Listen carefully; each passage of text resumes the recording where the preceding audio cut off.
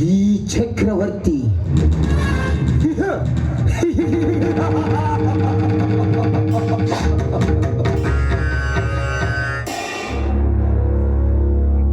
ಹುತ್ತದೊಳಗಿರುವ ಘಟ ಸರ್ಪಗಳನ್ನು ಹೊರಗೆಳೆದು ಹಲ್ಲು ಕಿತ್ತು ಆಡಿಸುವ ಈ ಚಕ್ರವರ್ತಿ ಬಿಸಿನೆಸ್ ವಿಚಾರದಲ್ಲಿ ಅಡ್ಡ ಬಂದವರನ್ನು ಅಡ್ಡಡ್ಡ ಶೀಳಿಸಿ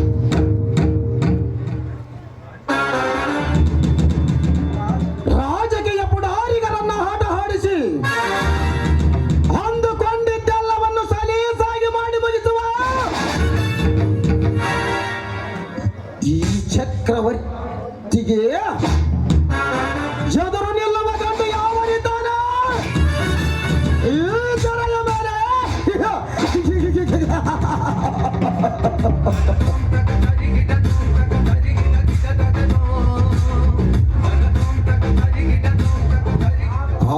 ಪರಶುರಾಮ ತಂದೆ ಜಮಜಾಜ್ಞೆಯ ಆಜ್ಞೆಯನ್ನು ಪಾಲಿಸಲು ಆ ರೇಣುಕಾ ಮಾತೆಯ ಶಿರ ಚಂಡಾಡಿದ ಹಾಗೆ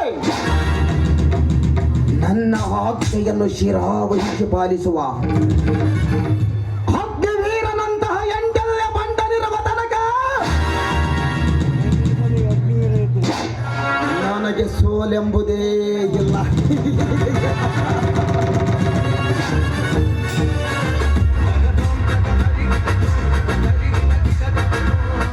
ರಾಜವರ್ಧನ ಕೇವಲ 106 ಎಕರೆ ಗೋಮಾಳು ಹೊಡೆಯಲು ಆ ಸತ್ಯದೇವನ ಆಸ್ತಿಯ ಮೇಲೆ ಕಣ್ಣಿಟ್ಟಿದ್ದಾನೆ ಅಂದುಕೊಂಡಿದ್ದೆ.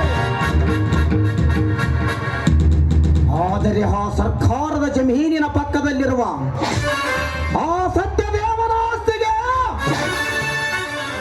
ಬಂಗಾರದ ಬೆಲೆ ಸಿಗ್ತಿದೆ.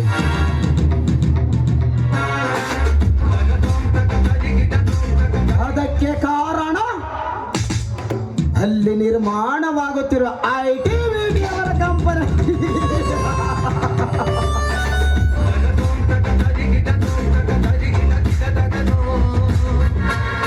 ಇಂದಲ್ಲ ನಾಳೆ ದೇಶ ವಿದೇಶಗಳಿಂದ ಬಂದು ನೆಲೆಸಲು ಅವರಿಗೆ ಸವಲತ್ತು ಕೊಡುವ ಸ್ಥಳ ಆ ಸತ್ಯದೇವರ ಜಮೀನಿಗಿಂತ ಮಹತ್ತರವಾದ ಸ್ಥಳ ಮತ್ತೊಂದಿಲ್ಲ. ಅಂದಾಗ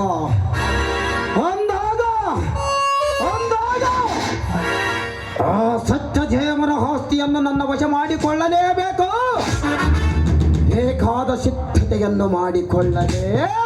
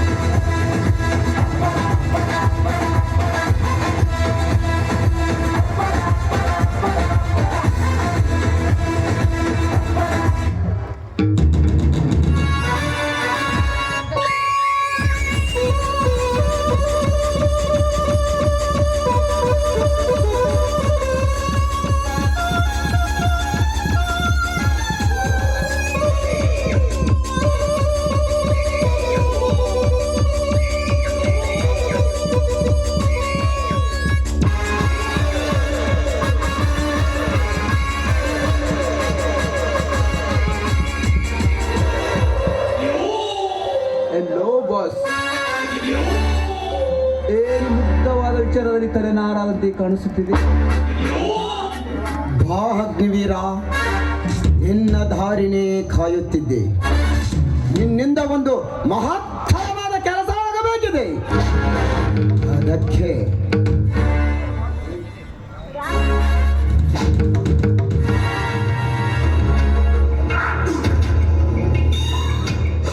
ಹೇಳಿ ಬಾಸ್, ಅದ್ಯಾವುದು ಅಂತ ಮಾತ್ರವಾದ ಡೀಲ್?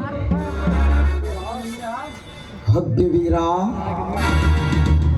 ಆ ಸತ್ಯದೇವ ಅಂತ ಗೊತ್ತು ತಾನೆ? ಅದೇ ಇತ್ತೀಚೆಗೆ ಸುಶೀಲಾ ಎನ್ನುವ ಹೆಣ್ಣಿನ ಕೊಲೆ ಆಯ್ತಲ್ಲ, ಆ ಸುಶೀಲಾಳ ಗಂಡ ಸತ್ಯದೇವ ಜೈಲು ಪಾಲಾದ ಪರಶುರಾಮ. ಹೇಳಿ, ನನಗೆಲ್ಲ ಗೊತ್ತಿದೆ. ನೋಡು, ಸರ್ಕಾರಿ ಪಕ್ಕದಲ್ಲಿರುವ ಆ ಸತ್ಯದೇವನ ಆಸ್ತಿ ನನಗೆ ಬೇಕು. ನಿನ್ನೆಯ ದಿನ ಆ ಸತ್ಯದೇವನ ಸಂಪೂರ್ಣ ಇತಿಹಾಸ ತಿಳಿದಿದ್ದೇನೆ. ಆ ಸತ್ಯದೇವ ಮತ್ತು ಪರಶುರಾಮರಲ್ಲದೆ ಅವನಿಗೆ ಇನ್ನೊಬ್ಬ ತಮ್ಮನಿದ್ದಾನಂತೆ. ಅವನು ಚಿಕ್ಕವನಿರುವಾಗ ಎಲ್ಲೋ ಓಡಿ ಹೋಗಿದ್ದಾನಂತೆ. ಆ ಓಡಿ ಹೋದವನ ಹೆಸರು ಹೇಳಿಕೊಂಡು ನೀನು ಆ ಸತ್ಯದೇವನ ಮನೆ ಸೇರಿಕೊಂಡು ಆ ಆಸ್ತಿ ನನ್ನದಾಗಿ ಮಾಡಿಕೊಡಬೇಕು. ಸಾರಿ ಬಾಸ್, ಇದು ನನ್ನಿಂದ ಆಗೋದಿಲ್ಲ. ಯಾಕೆ ಅಂದರೆ ಇದೇ ಕೆಲಸದ ಡೀಲ್ ನಾನಾಗಲೇ ಬೇರೆಯವರ ಕಡೆಯಿಂದ ಒಪ್ಪಿಕೊಂಡು ಅಡ್ವಾನ್ಸ್ ತೆಗೆದುಕೊಂಡಿದ್ದೇನೆ. ನಾನು ನಿನಗೆ ಬಾಸ್, ನನ್ನ ಅಪ್ಪಣೆ ಇಲ್ಲದೆ ಬೇರೆಯವರ ಡೀಲ್ ಹೇಗೆ ಒಪ್ಪಿಕೊಂಡೆ? ಬಾಸ್,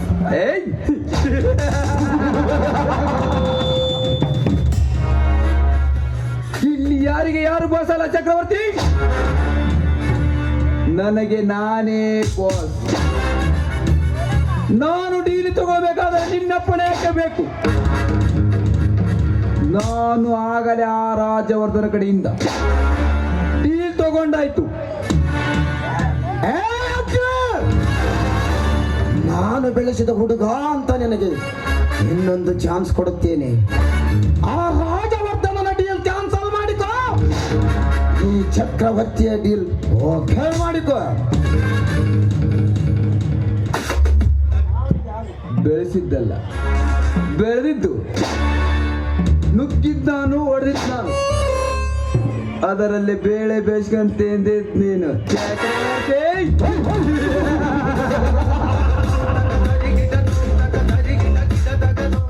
ಯಾವನಿಗೆ ಯಾವನು ಬೆಳೆಸಲಿಲ್ಲ ಚಕ್ರವರ್ತಿ.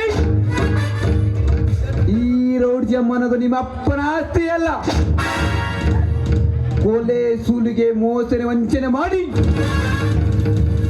ಬದುಕೋ ದಮ್ಮಿದ್ದವನು ತಾನಾಗೇ ಬೆಳೆಸ್ತಾನೆ.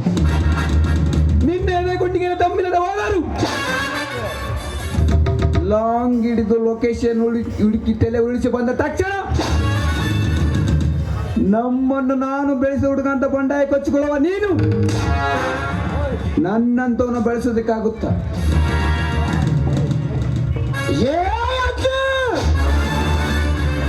ನಾಲ್ಕು ಜನ ಹೊಡೆದು ನಾಲ್ಕು ದರೋಡೆ ಮಾಡಿ ಎದೆಯೊಪ್ಪಿಸಿ ಮೆರೆಯುತ್ತಿರುವುದು ನನ್ನ ಇಂಪ್ಲಿಯನ್ಸ್ ನೀನು. ಆದರೆ ನೀನು ಎದುರಾಗಿ ಎದೆಯೊಪ್ಪಿಸಿ ಮೆರೆಯ ಸಾಹಸಕ್ಕೆ ಮುಂದಾದರೆ ನರ ಕಟ್ಟಾಗುತ್ತದೆ. ಹುಷಾರ್. ಚಕ್ರವರ್ತಿ, ನನ್ನ ನರ ಕಟ್ಟು ಮಾಡೋ ಗಂಡು ಇನ್ನೂ ಹುಟ್ಟಿಲ್ಲ.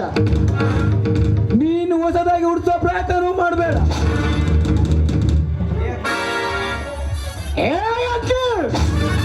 ಈ 100 ವರ್ಡಲ್ಲಿ ನಿನ್ನಂತ 106 ರೌಡಿಗಳಿಗೆ ಟ್ರೈನಿಂಗ್ ಕೊಟ್ಟು ಬೆಳೆಸಿರೋ ಈ ಚಕ್ರವರ್ತಿ ಹತ್ತಿರ ಮಾತನಾಡುತ್ತಿದ್ದೇನೆ ಎನ್ನುವುದು ನೆನಪಿರಲಿ.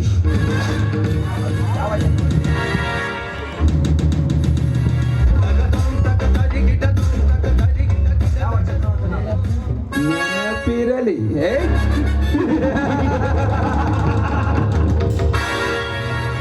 ಯಾವ ಚಕ್ರವರ್ತಿ ಆದರೂ ಕೇರ್ ಮಾಡಲ್ಲ ಈ ಕಿರಾತಕ.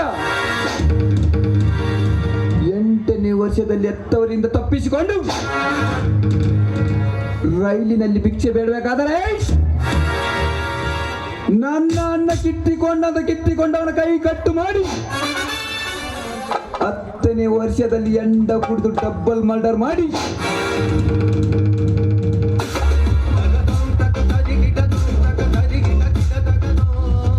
ಕರ್ನಾಟಕ ಸಾಕಾಗಿಲ್ಲ ಅಂತ ಬಾಂಬೆವರೆಗೆ ಹೋಗಿ ಮಲ್ಡರ್ ದರುಡೆ ಮಾಡಿ ದುನಿಯಾದಲ್ಲಿ ದರ್ಬದಂತೆ ಮೆರೆಯುತ್ತಿದ್ದೇನೆ.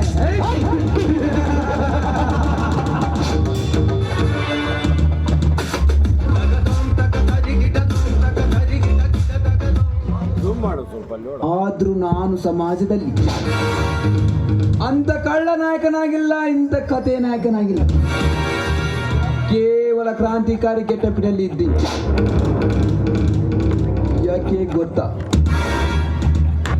ದುಡ್ಡಿದ್ರೆ ದುನಿಯಾ ಅಂತ ನೀನು ರೌಡಿಸಂ ಹೆಸರಲ್ಲಿ ದುಡ್ಡು ಮಾಡಿಕೊಂಡೆ. ಯಜ್ಞ ಆಗಲ್ಲ. ಡೀಲ್ ಒಪ್ಪಿಕೊಂಡು ಡೀಲ್ ಮುಗಿಸಿ ಒಂದಾಣ ಖಾಲಿ ಆಗೋ ತನಕ ದೇಹಿ ಅಂತ ಬಂದವರಿಗೆಲ್ಲ ದಾನ ಮಾಡುತ್ತಾನೆ. ದುಡ್ಡು ಖಾಲಿಯಾದ ಮೇಲೆ ಡೀಲ್ ತಗೊಂತಾನೆ. ಈಗ ಆ ಡೀಲ್ ಮುಗಿಸಿ ದುಡ್ಡು ಖಾಲಿ ಮಾಡಿಕೊಂಡು ಬರುತ್ತೇನೆ. ಆಗ ಬೇರೆ ಡೀಲ್ ಇದ್ರೆ ಹೇಳು, ಮಾಡಿಕೊಡ್ತೇನೆ.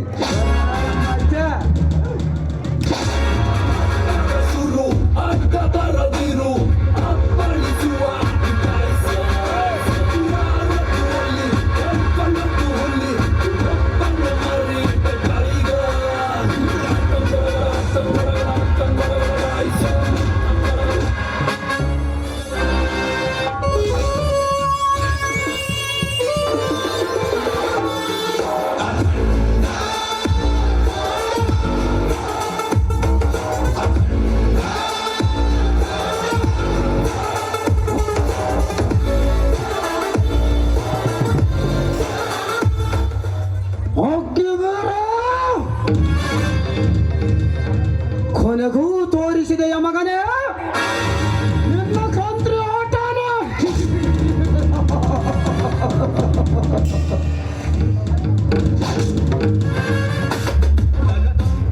ಕಂಡವರು ಕರೆದು ದುಡ್ಡು ಕೊಡುತ್ತೇನೆ ಎಂದ ತಕ್ಷಣ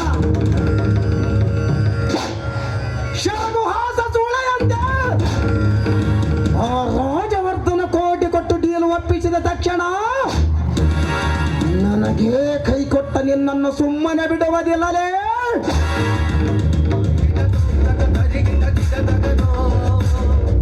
ನಿನ್ನಂತ ಕ್ರಾಂತಿಯನ್ನು ನನ್ನ ಬೂಟಿನಿಂದ ತುಳಿದು ಬುದ್ಧಿ ಕಲಿಸದ ಬಿಡಲಾರ. ಚಕ್ರವರ್ತಿ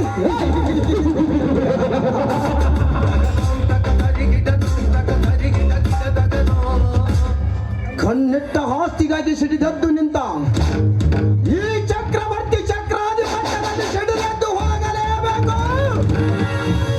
ನಿನ್ನಂತ ಬಾಡಿಗೆ ನಾಯಿಗಳು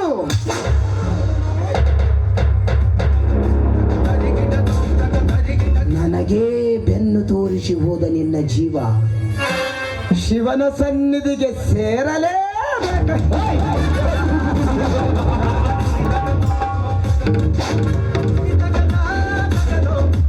ಮದವೇರಿದ ಮದ್ದಾನೆಯಂತಿರುವ ಈ ಶೂರ ನಿನ್ನಂತ ಬಾಡಿಗೆ ನಾಯಿಗೆ ಹೆದರುವನಲ್ಲ. ನಾವೇ ಒಂಟಿ ಚಿರತೆಗಳೆಂಬಂತೆ ನಮ್ಮಂತವರು ಬೀಸಾಡುವ ಬಿಟ್ಟೆಂದು ಬದುಕುತ್ತಿರುವ ನಿನ್ನಂತ ಕೊನ್ನೆಯನ್ನು ಸೆದೆ ಬಡಿಯುವುದು ಚಿಟಿಕೆ ಹೊಡೆದಷ್ಟೇ ಸುಲಭ.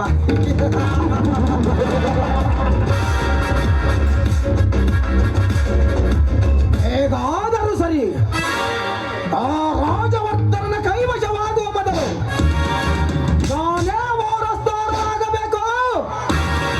ಆ ಸತ್ಯದೇವನ ಸಂಪೂರ್ಣ ಆಸ್ತಿದೆ.